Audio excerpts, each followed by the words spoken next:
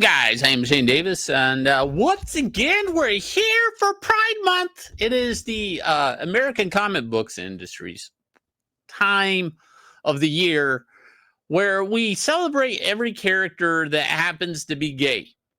And they actually come together in one big one shot that doesn't sound right. Does it come together? They come together in one big one shot. That way they can punch the Nazis. They're unified in, I guess, in the fact that they want to have sex with the same person, I guess, or sometimes they're just bisexual. So sometimes they have sex with same sex and different sex. So includes everybody, I think. Maybe even people who are handicapped. Who knows? I don't know the community and how it works. And they all come together for one singular point of the year to punch people who were against them, which I personally don't know if anybody gives a shit. To me, this has always bothered me in the sense that it's almost like, what if we celebrated all the characters in the MCU that happen to be vegan? Same thing. People are already posting pictures that Target's kind of leaning out of this movement, and that they're really more interested in selling stuff for like the 4th of July than they are Pride Month. I don't know. We'll see. There's still a lot of days left in the month, guys, to get those Pride displays up. But somebody sent this to me. This is from Tony Isabella, a.k.a. Jenny Blake, trans she, her. Okay, so for people who don't know, Tony Isabella, this is weird. This can't be dead naming because I'm literally reading their handle. I guess Tony Isabella still exists, and aka there's Jenny Blake, who is now getting this is the first time Jenny's getting published, right? You're gonna have to follow me on this. This is a doozy of a video. So the DC Comics Pride 2025 anthology will hit comic shops this week. It features my first published work as Jenny Blake. Okay, so does that mean Tony Isabella still exists? I guess. See, this is where it gets confusing, man. Let's hang in there. Here we go. So it's a big deal for me. For who? Who is it a big deal for? Is it a big deal for Tony, or is it a big deal for Jenny? Who is it a big deal for? I'm very much looking forward to readers' reaction to the story. I know there will be the usual naysayers. If it's your first work, then you can't have usual naysayers because it's your first work. Nobody's been naysaying the work of Jenny Blake because this is the first work of Jenny Blake. So what? Is Jenny Blake now going to inherit people who don't like Tony Isabella's work? Like, what does this even mean? See how fucking confusing this is? There'll be the usual naysayers, but I honestly believe most of the readers will love this story. I'm very proud of it. Very grateful to the editor, the artist, the letterer, all of those people. They were incredible. Now, what actually brought this to my attention is actually the cover, because I actually like Alan Scott Green Lantern, right? Alan Scott Green Lantern, JSA. It's kind of different than the other Green Lanterns, right? Like it's more of a magic ring. He doesn't really make constructs as much at first. At least he didn't. His one weakness isn't the color yellow. It's actually wood. And now that sounds really weird now that he's gay. Technically, I guess he's bisexual because he does have a son named Obsidian. But this got my attention also outside of the Tony stuff, Jenny stuff. Who do you refer to in this situation? I'm looking at their Twitter title. But just because this cover says a lot, mixed with the other Marvel cover that's coming out this month, is first, I don't know if there's a big audience for this stuff. I do realize they've been collecting these things, and I'll see them collected in a hardcover edition at Barnes & Noble and stuff. But when I look at these covers, I'm always shocked that there's another character adding to the roster of being gay.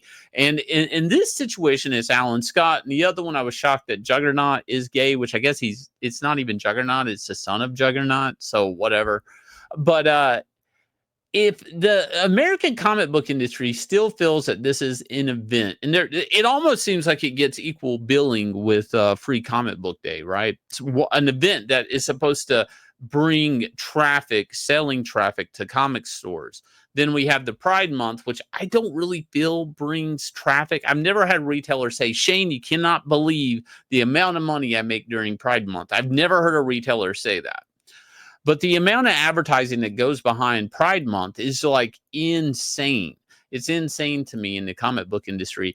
But there is an incentive looking at these covers that it hit me. It's like, well, another character is going to become gay in this year of 2025.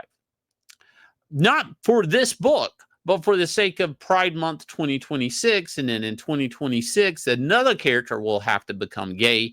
And that character then will be in the book for 2027.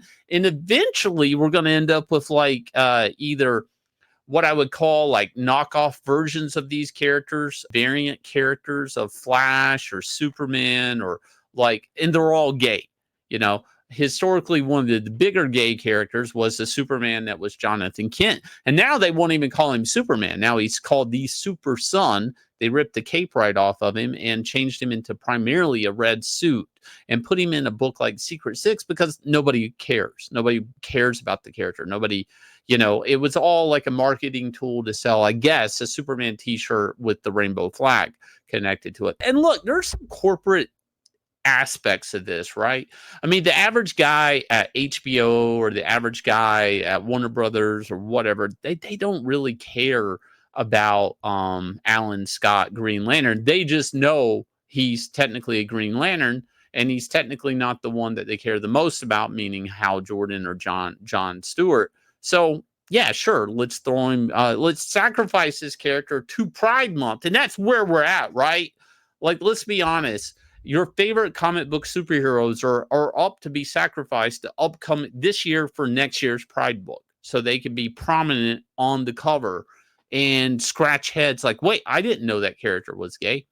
Now, yes, they did a miniseries with this character, making him gay last year. The writer went out there, who I guess, I'm assuming is gay. I don't know if he's gay. Maybe he is. He did a video out there trying to tell everybody to go buy the book after everybody already pre-ordered it.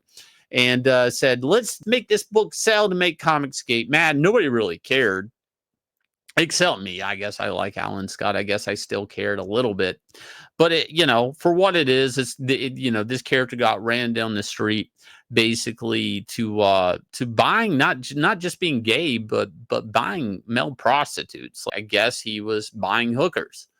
I mean, and now today, according to Tony Isabella, a.k.a. Jenny, I'll make sure, Jenny Blake, this is now their first work, although Tony Isabella is known for creating or co-creating Black Lightning, a very popular DC character.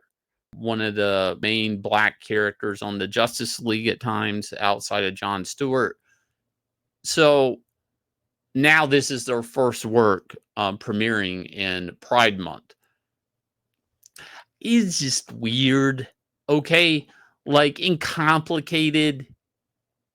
And I guess in the end, if you go along with this movement, there is 1 month of work available for you by these comic companies. And look, you can always get a second chance at being a comic book writer, right? You can always have a second first printed book. And I don't know. I just found this horribly confusing and makes me wonder. It really did. It started to make me wonder. And now I'm looking at the MCU, the DC library of characters. I'm like, who's going to be gay next? What character will turn gay this year for next year's Pride Month? If you guys will hit like, subscribe, ring the bell for notification. Let me know what your bets are. At DC Comics and Marvel will be the next gay character. Will we get a gay Iron Man? Will we get a gay, I don't know, gay Speedball? I don't know who's going to be gay. If you guys will also sign up for Anatomic, this is going to be launching, it looks like the 15th of this month. This is our prequel to Inglorious Rex. I'll leave you guys with a trailer for this. Smash like on the way out, and we'll catch you guys again with another video.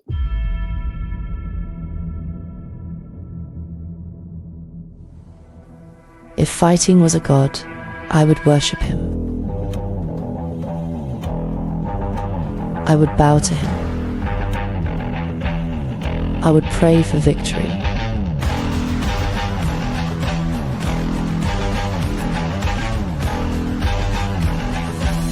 For he only grants opportunities.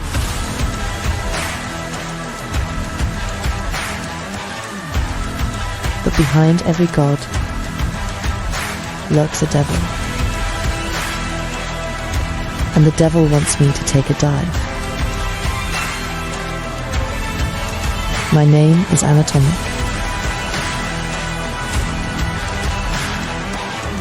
And this is how my legend was made.